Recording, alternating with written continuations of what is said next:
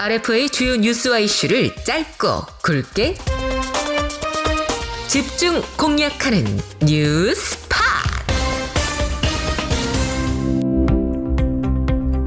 청취자 여러분 안녕하세요. 뉴스팟 진행의 진기자 진민재입니다. 일단 오늘 함께 얘기 나눌 분들 만나봐야 될 텐데요. 지체할 수 없는 분들이죠. 김지수 기자, 김수경 씨 나와라 오바 어서 오세요. 네, 안녕하세요. RFA 자유아시아 방송 기자 김지수입니다. 안녕하세요. 환경북도 청진사람 김수경입니다. 청진사람. 네, 오늘 댓글부터 먼저 살펴보고 가야 되는 날이죠. 네. 네, 한국 사람, 미국 사람 김지수 기자 댓글 소개 부탁드립니다. 네, 너도 나도 가슴앓이 러우 전쟁 종전협상 편에서 레베카 신님이 자칫 딱딱하고 어려울 수 있는 국제 분쟁과 외교적 입지를 우리가 이해하기 쉽게 대화체로 풀어서 설명해 주셔서 감사하다. 이렇게 대화체. 네, 이거는 해주셨어요. 찬사죠, 찬사. 네, 이런 찬사 아주 칭찬합니다. 아, 너무 감사드리고요. 네. 저희가 또 이게 대화체를 가지고 좀 쉽게 얘기하려다 보니까 어떨 때도 저희가 약간의 여러분의 감정을 대신 넣어서 화도 내드리고 또 어쩔 때는 또 이해도 해드리고 안타까운 마음도 표현을 하는데요. 네. 그 마음에 공감해 주셔서 감사할 따름입니다. 네, 또 계속되는 종전협상에 대한 이야기를 현정국 님이 어김없이 찾아와서 얘기해 주셨는데 네네. 논문 쓰셨죠? 네, 되게 많은 글을 써주셔서 네. 제가 축약해서 말씀해드리면요. 전체를 보시고 싶은 분은 유튜브로 들어오시면 됩니다. 네, 보통 사람들의 상식과 트럼프 대통령의 생각과는 현저한 차이가 있음을 세계가 인정해야 한다라고 그쵸. 평가를 네. 하면서 향후 초불량국 북한을 어떻게 다룰지 내심 기대가 되고 남북의 방향이 결정되는 중차대한 역사가 된다 하면서 트럼프 대통령에게 화이팅! 화이팅. 샬롬 뉴스팟 또 빠지지 어. 않고 해주셨고요. 맞습니다. 네. 저희가 지난주 방송에서도 잠깐 이제 방송을 하면서 이제 종전협상 관련 방송을 하면서 김수경 씨랑 조진우 기자랑 같이 방송을 했죠. 그때 저희가 이런 얘기를 했었죠. 안 그래도 지금 얘기하신 것처럼 네. 이제 이 종전협상이 끝나고 나면 이제 미북 관계가 어떻게 흘러갈지 그렇죠. 관심이 가져지는데 한국이 배제되면 안 될 것 같다. 불안감이 있는데 그럼 안 될 것 같다는 얘기를 또 한 예가 있는데 아마 현정국님께서 그걸 미리 또 예단하고 또 그러게요. 댓글을 다신 것 같아요. 현정국님 건강 잘 챙겨 계시죠? 네. 아유, 그러게요. 네, 다음으로 가겠습니다. 이번에는 하얼빈 아시안게임에서 꿀잼을 찾아라. 이 방송편에서 역시 현정국님이 오, 빠짐없이. 네, 귀한 발걸음 잡아주셨습니다. 네, 박수. 감사합니다. 네, 댓글 속에 감사. 예, 네. 저도 이 시간에 참 감사하고 감사합니다. 맞아요. 예, 하지만 또 이래도 저래도 북한 걱정 언제면 걱정 없을고 아마도 한 세기는 지나가야 할 듯. 샬롬 뉴스팟. 한 세기 세기는 너무한데. 네, 너무 길고 아마 너무 걱정하시는 그 마음을 이렇게 말씀하신 것 같은데 그런 마음은 저희도 다 똑같은 것 같습니다. 네. 그럼에도 불구하고 최소한 저는 저희 부모님을 만나야 되잖아요. 그럼요. 저희 형제들도 이제는 그 다음 세대도 있을 법한데 다 궁금하고 만나고 싶고 어떻게들 사는지 손 만져보고 싶고 그런 날이 얼른 왔으면 좋겠습니다. 네. 그러니까요. 세기 지나지 않도록 우리 기도 또 합시다. 네. 댓글 남겨주신 분들도 감사드리고요. 오늘, 내일, 모레 저희는 항상 뉴스팟 방송을 통해서 북한 주민들의 인권을 위해서 그리고 또 청취자 여러분들의 북한에 대한 소식을 또 궁금해하시니까 전해드리는데 최선을 다하도록 하겠습니다. 네. 다시 한번 감사드리고요. 자, 그럼 오늘 주제로 바로 가보겠습니다. 오늘의 주제는 또 뭘까요? 오늘의 주제는요. 사라진 15억 달러. 잠깐만요. 15억 달러. 15억 원보다 많은 거잖아요. 그럼요. 훨씬 많죠. 공이 3개가 더 붙는 거잖아요. 어디로 사라진 거예요? 어디서 행방불명 어디서 어디로? 네. 근데 저는 일단 입금됐다는 소식이 없거든요. 저는 김수경 노코멘트- 너무 나오라. 저는 말씀드리지 않겠습니다. 근데 딱 보니까는 네. 지금 1억도 안 들어왔어. 1억은 무슨. 네, 1달러도 들어오지 않은 한 김수경 소리도 씨고요. 못하게. 네, 김지수 기자 마찬가지고요. 네. 맞습니다. 자, 그러면 일단 그 15억 달러라고 하셨으니까 생각을 해보면 이 한국 청취자분들도 저와 함께 이제 계산을 해보죠. 네. 15억, 네. 2조 1,488억 원. 와. 억도 아니고 조로 갑니다. 네, 진짜 이야. 이게 상상하기가 뭐 얼마나 큰 돈인지 사실. 야, 이 숫자를 네, 읽는 데만도 모르겠어요. 숨이 찹니다. 보기에도 숨이 찹니다. 자, 아주 그냥. 범인 잡으러 갑시다. 자, 범인 제가- 나오라. 네, 범인 모르게. 아니 제가 제가 나와야 되는데 왜 범인 나오시면? 왜 말을 더듬지? 네, 제가 범인 같아요. 제가 뉴스팟. 제가 지금부터 이야기를 하나 해드리겠습니다. 지난달 21일 암호화폐 업계가 발칵 뒤집혔습니다. 세계 3위 가상자산 거래소 바이비트에서 약 15억 달러, 이 어마어마한 금액의 암호화폐 이더리움이 사라졌기 때문인데요.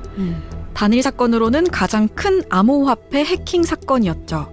이 사건으로 현재 암호화폐 보안 전문가들은 탈취된 자금을 정신없이 추적 중입니다. 역대 최대 규모 암호화폐 해킹의 배후는 바로 북한일까요? 에이, 설마 북한이 또 자신 네, 없으신데 너무? 너무 열일하는 거잖아요. 누굴까요? 아니 근데 뭐 해킹하면 또 북한이니까. 그렇긴 한데, 아이 너무 재미없잖아. 이렇게 쉬우면 재미가 없잖아. 너무 쉬웠어요? 아이 북한 맞아? 북한 설마 북한 맞아요. 아니겠지? 소말리아? 아니요 북한일 맞아요. 거예요. 북한 맞아요. 에티오피아? 이거 뉴스파 청취자분들이라면 응당 다 맞히셔야 하는 거 아닙니까? 껌도 아니라고요. 아, 그렇구나. 어떻게 된 일이에요 이게 대체? 아니, 무슨 뭐 소리입니까? 이렇게 뭐 행복해할 이야기는 아닌 것 같은데요. 네, 이 가상자산 분석 및 보안 기업 체이널리시스와 TRM 랩스가 도난당한 자금이 과거 북한이 탈취한 자산과 동일한 주소에 합산된 점을 근거로 북한 정찰총국 산하 해킹그룹 너무 유명한 라자루스를 오. 이번 사태 배후로 지목한 겁니다. 북한의 소행이 정말 맞다면 이번 해킹으로 탈취된 금액은 북한이 지난해 가상자산 해킹으로 빼돌린 총액보다 약 1억 6천만 달러 더 큰 규모라고 하는데요. 오, 간이 커졌네요. 네. 점점. 맞아요. 이 바이비트의 조사를 돕고 있는 블록체인 보안 기업 파이어블록스는 이번 해킹은 지난해 발생한 인도 가상화폐 거래소 와지르 X와 대출 프로토콜 라디언트 캐피털에 대한 공격과 유사하다 이렇게 얘기하면서 두 사건 모두 북한 소행이었다. 이게 비슷하기 때문에 북한 소행으로 추정이 된다라고 하더라고요. 아니 지금까지도 북한의 해킹, 특히 이 암호화폐 해킹은 소행이 밝혀질 때마다 네. 굉장한 화제가 되고 있거든요. 맞아요. 네. 지금 말씀하셨듯이 금액도 점점점 커지고. 네. 네. 근데 오늘 드디어 또 나왔네요. 최대 금액. 뭐 또 조금 지나고 나면 또 다시 또 최대 금액이 나오겠죠. 계속 뭐. 갱신하네요. 16억, 17억, 18억 달러. 참 나날이 기술도 고도화되고 또 그 규모도 대담해졌다는 게 확 와닿는 그런 이 소식인데요. 네. 근데 암호화폐, 가상화폐 이런 개념이 너무 많이 불리니까 사실 좀 우리한테 익숙한 듯 하지만 일반적으로 저를 포함 김지수 기자 포함할 것 같아. 네. 저를 포함, 저도 포함. 자세히 알 기회가 없었거든요. 맞아요. 김수경 씨, 암호화폐 뭔지 아시나요? 아시나요? 일단 저희 현실 세계에서는 현금도 쓰고 신용카드도 쓰잖아요. 네. 그렇죠, 그렇죠. 네, 여기서는 크레딧 카드라고 하죠. 그런데 이 암호화폐는 온라인상에서 유통되는 화폐다. 어쨌든 그러니까 실물이 없는 그냥 온라인상으로만 왔다 갔다 만질 수 없는 보이지 않는 그런 어쨌든 유통. 모르네. 길어지니까 꽃보록 나네. 모르시네. 근데 개념은 정확하게 알고 계신 것 같은데요. 그러니까 우리가 만지지 않는 저는 그래서 참 뭐라 해야 되지 와닿지 않거든요. 네. 맞아요. 네. 뭐 북한 주민분들한테는 더더욱 그러하실 거고요. 맞아요. 사실 아직까지도 모르는 분들 되게 많이 있어요. 네, 네, 저는 맞아요. 이거 비트코인인가 이런 것도 해본 적이 없고 저는 관심 없어요. 저는 그냥 눈에 보이는 현금이 최고. 현금이 최고예요. 현금이 최고야. 옛날 사람. 신용카드 아니래. 신용카드도 잘 안 암호화폐 온라인의 화폐를 어떻게 믿어? 맞아요. 그러게요. 그죠. 북한 분들은 더 그렇죠. 은행에도 안 맡긴다고 하는데. 은행도 안 맡겨요. 그냥 내 이불 밑에 꽁꽁 숨겨두지. 은행에 가는 건 그 편도예요. 가면 끝. 돌아오지 않는. 내 돈이 아니다. 이런 내 돈 거죠. 아니에요. 이 사람들이 지금 세상이 어떤 세상인데 뭐예요? 북한 얘기하잖아요. 달라졌습니다. 북한 주민분들도 잘 귀담아 들으시고요. 네. 청취자 여러분도 네. 나는 아직까지도 못 믿어 하시는 분들 네. 그래서 한번 설명을 한번 들어보자고 일단 알아보자고. 김지수 기자가 또 본인이 겁이 나서 잘 못해도 공부는 열심히 하거든요. 네.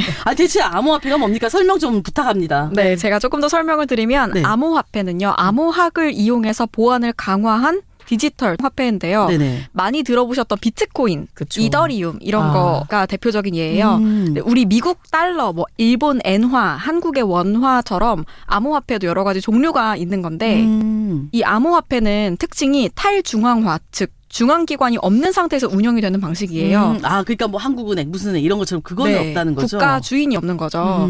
이 거래 정보는 블록체인이라는 곳에 기록이 되고요. 높은 보안성과 익명성 그리고 동시에 투명성도 가지고요. 가치 변동성이 크고 법적 규제가 불확실할 수 있다라는 특징까지 제가 정리해드릴 수 있겠습니다.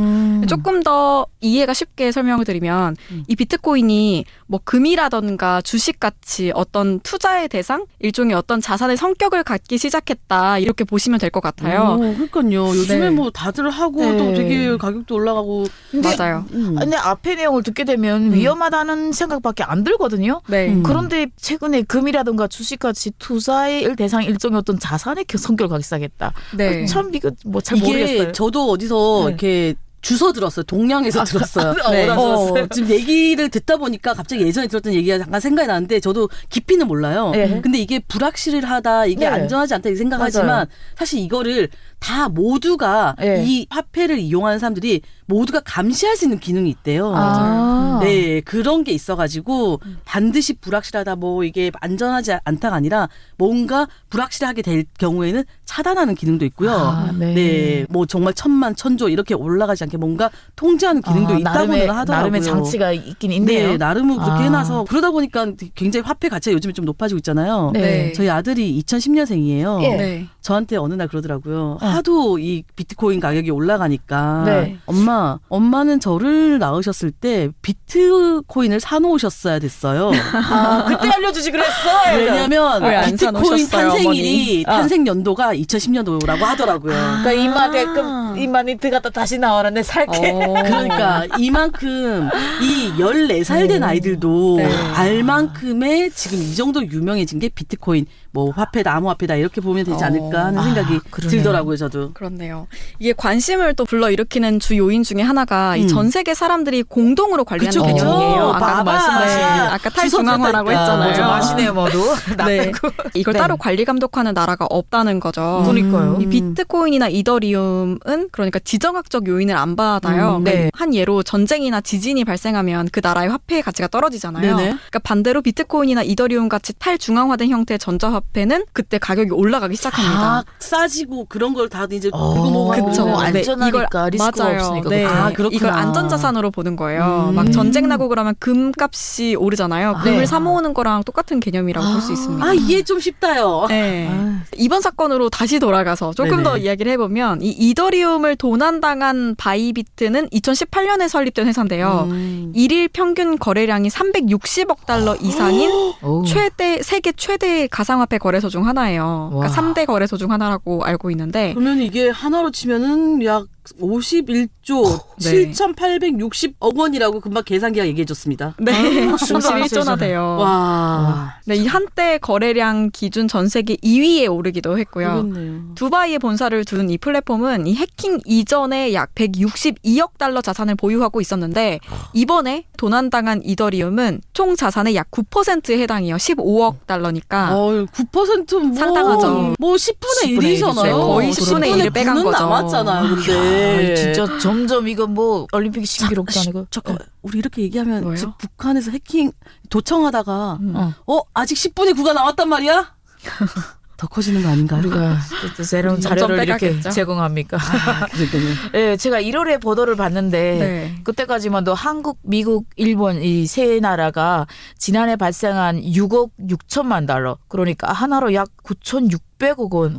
지금 들어보지 못한 숫자가 오늘 왜 이렇게 많이 나와? 이런 규모의 가상화폐 탈취 사건을 북한의 소행으로 공식 지목하기도 했잖아요. 그렇죠. 네, 그게 진짜. 1월 달 이야기예요. 또 미국, 일본의 유럽까지 이후까지 합세해서 북한이 해킹을 통해 탈취한 가상화폐 자금을 핵무기, 대량 살상 무기 개발에 활용할 가능성이 크다. 그렇죠. 아, 그렇기 때문에 강력한 규제 조치를 마련할 것이다라고 경고를 하고 있는데 이 정도면 북한을 암호계 깡패라고 불러도 되는 건지. 그럼요. 지금 큰 워낙에 강도. 활개를 치고 1인자예요. 있으니까. 우리가 얼마 전에 그 많은 이야기들을 했는데 그 많은 주제들이 있었는데 북한이 네. 참 1등을 잘하더라고요. 꼴찌를 1등, 뒤로 1등을 잘했는데 이런 데서는 또 앞에서 1등을 합니다. 두각을 좀 보이죠. 아니요. 참. 근데 참 1등을 해도 앞에서 1등이라도 참 또 기분이 나쁜 1등이네요. 근데 김지수 기자 모범생이었죠, 학교 다닐 때. 그렇게 들었는데. 그런가요? 그럴 것 같아요. 저기 모범생 입장에서 네. 깡패가 더 나빠요, 양아치가 더 나빠요. 그러게요. 개념이 따로 있나요? 모범생은 하나가 모르는 아닌가? 걸로.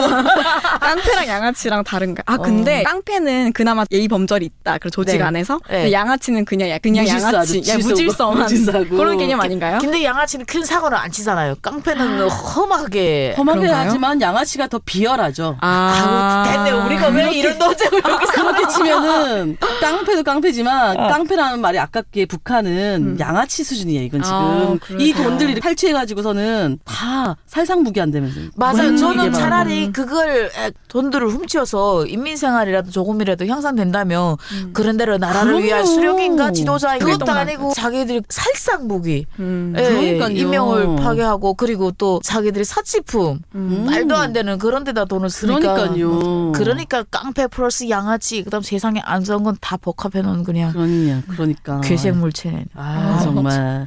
뉴스팟 근데 이거 관련해서 사실 미국도 이런 거 관련해서 굉장히 많이 수배를 때리고 뭐 제재를 하고 하던데. 네, 가만히 보고만 있지 않죠. 예, 손 놓고 있을 수가 없죠. 또 뭐 봤구나. 네네.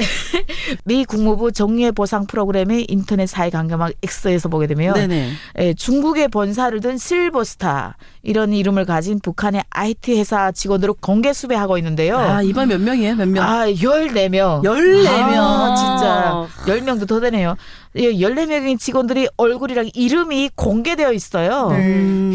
근데 14명 다 남자 직원이었고 나이대는 한 30에서 50대까지 두루 있는 것 같네요. 잠깐만, 이거 네. 돈도 주죠? 최대 500만 달러. 잠깐만, 최대 와. 500만 달러? 500만 달러면 집을 몇 개 살 수 있는 거야, 미국에서? 김지수 기자, 우리 유튜브에 이거 또 이제 올릴 거잖아요, 이 사진. 네네. 이 14명 사진 잘 보시고, 청취자 여러분, 500만 달러가 걸려있어요, 지금. 네. 14명 얼굴 잘 보시고요. 나 신고 바랍니다, 미국에. 뉴스팟 아무튼 참 이렇게 미국이 나서서 보상금을 네. 수시로 네, 걸 네, 만큼 북한의 이 암호화폐 범죄도 네. 굉장히 날이 갈수록 진흥화되고 계속되고 있는데요. 네, 우리가 심심치 않게 보고 있습니다. 이거 관련된 보고서도 많이 나오죠, 김지수 기자. 네, 맞습니다. 미국의 암호화폐 분석 정보업체 TRM 랩스가 지난달에요. 2025년 암호화폐 범죄 보고서를 냈어요. 여기에서 북한은 2024년, 그러니까 지난해 전체 암호화폐 도난 피해 금액의 약 35%인 약 8억 달러를 훔쳤다. 그러니까 전 세계에서 일어난 피해 금액의 35%가 다 북한 소용이다. 이렇게 밝히기도 했어요. 네네. 또 이 보고서에 보면 평균적으로 북한 해킹 조직의 공격 규모는 다른 해커 조직보다 약 5배 크다라고 말하면서 이는 고위험 작전을 강조하는 북한의 공격 방식을 잘 보여준다. 그러니까 물불 안 가린다. 이런 설명을 해주는 거죠. 나는 잃을 게 없거든. 니들이 맞아요. 있지, 나는 잃을 게 없어. 네. 그러니까 아무래도 북한은 이제 국가 지원을 조금 받는다는 그런 차원이 아니라 국가 자체가 움직이는 거잖아요. 그렇죠. 주동에서. 국영기관이에요. 국영기관이라고 할 수 있죠. 그러다 보니까 규모 면에서 일반 다른 개인 조직들과는 차이가 있지 않나 싶고요. 근데 지금 이런 범죄자들, 네. 이런 사람들이 사실은 북한에서 굉장히 지능이 좋고 굉장히 뛰어난 사람들을 국가 인재죠, 한마디로. 그런 분들 여기 지금 갖다 넣어서 쓰는 거죠. 그러니까요. 지금 나이대도 30대에서 50대까지 두루 있다 하게 되면 정말 북한에서 수재라고 하거든요. 어릴 때부터 명석하고 똑똑한 친구들은 거의 출신의 구애를 받지 않고 길러주거든요. 열심히 공부를 시켜줘요. 네. 근데 그런 사람들이 30대에서 50대까지 하게 되면 아마 그 필드에서 현장 경험도 두루 갖춘 정말 준비되는 그런 인재들일 것 같아요. 그런 수재들이 이런데 이용이 되고. 그리고 제가 아까 이 생각 잠깐 했어요. 얼굴과 이름이 공개됐다고 했잖아요. 네네. 우리가 이게 얼굴까지는 보여줄 수 없지만 이름을 한번 쫙 읊어주는 건 어떨까? 좋습니다. 그런 생각도 했습니다. 네, 듣기만 하시는 유튜브 아니고 듣기만 하시는 분들을 위해서 네. 천천히 읊어주시라요. 지금 미 국무부에 공개 수배되고 있는 그 14명의 북한 직원들의 이름을 제가 하나하나 읊조려 보겠습니다. 네. 네. 정성화. 잠깐, 내가 아는 사람 이름인데, 정성화. 이 동명이인 주 이렇게 많이 나와요. 동명이인 주의 하셔야 됩니다. 예, 리경식, 김류성, 림은철, 김무림, 조충범, 현철성, 석광혁, 성은철, 최정용, 장철명, 정경철, 김예원. 이 남조선 사람 한국 사람 이름 같아요. 그러니까요. 그리고 거충석. 이게 본명이 아닐 거라 생각도 살짝 드는 것들이 있어 이름이. 아마 그렇겠죠. 이거 얼굴까지 유튜브 보시는 분들 이 얼굴들을 잘 보고 지나가다가라도 보시면 어떻게 신고하면 또 어떻게 뭔가 있을 수 있습니다. 신고 전화번호는 미국 번호 국가번호 1번 202-925-0014. 정말 북한에서 이분들이 근데 사실은 네. 이렇게 나라를 위해서 충성을 한다 생각하지만 네. 이게 미국에서 이렇게 수배를 받아서 네. 잡히거나 이러면 사실 인생이 종말을 맞는 거잖아요. 저는 인생 끝이잖아요. 예, 전 참 가슴 아픕니다. 참 머리도 좋고 명석한 이런 친구들인데 이런 수재들이 좋은 일을 하면 얼마나 좋겠습니까? 이런 국가에 이렇게 나쁜 도구로 이용되고 있다는 게 참 가슴 아픕니다. 그러니까요, 맞습니다. 이 북한의 공격이 두드러질수록 또 업계는 더 강력한 보안 조치를 시행하고는 있어요. 네네. 이 암호화폐 도난뿐만이 아니라 좀 다양한 방법으로 디지털 범죄 블랙리스트에 올라가 있는 북한이고 그 외에도 그냥 실제로 범죄 상황에도 많이 올라가 있고요. 근데 이제 이런 것들을 보면 참 정말 말씀하신 것처럼 안타까워요. 네. 근데 이제 뭐 구글도 최근에 인공지능 그 AI죠. AI 관련 위협들에 대한 상세 보고서를 발표를 했는데 이 북한이 인공지능까지 활용을 해서 악의적인 사이버 활동을 하고 있다 이런 지적도 했거든요. 네. 참 갈수록 뭐 머리는 지나가는 거, 뭐 인류는 지나가고 뇌도 지나가는 거 맞는 것 같습니다, 진짜. 네. 근데 정말 북한이 앞으로 어떤 행보를 또 보이는지, 북한에 대한 또 어떠한 강력한 규제 조치가 마련되는지 또 당분간 계속 지켜보면서 감시를 소홀히 하지 않아야 될 것 같습니다. 네, 새로운 내용이 주어지는 대로 저희가 또 신속히 계속해서. 예, 전해드리고요. 그러니까요, 그 수배 그 보상금만 따라가지 말고 네, 두 눈 부릅뜨고 이 프린터에서 네, 범죄를 차에다 붙이고 다네. 네, 오늘 더 나가기 전에 오늘 방송 마무리하겠습니다. 멀리 간다. 까트 컷. 네, 두 분 오늘도 자리해 주셔서 감사드리고요. 또 실질적인 정보, 우리 생활에서 좀 주의해야 될 것들 이런 것들에 대한 정보, 암호화폐 관련 이런 좋은 정보들도 함께 준비해 주셔서 김지수 기자 감사합니다. 네, 감사합니다. 김수경 씨도 언제나처럼 감사합니다. 네, 감사합니다. 네, 뉴스팟 오늘 준비한 방송 여기까지입니다. 청취해 주신 여러분 감사드리고요. 저희는 다음 시간에 또 좋은 방송으로 더 알찬 내용으로 찾아뵙겠습니다. 감사합니다. RFA 뉴스쇼 뉴스팟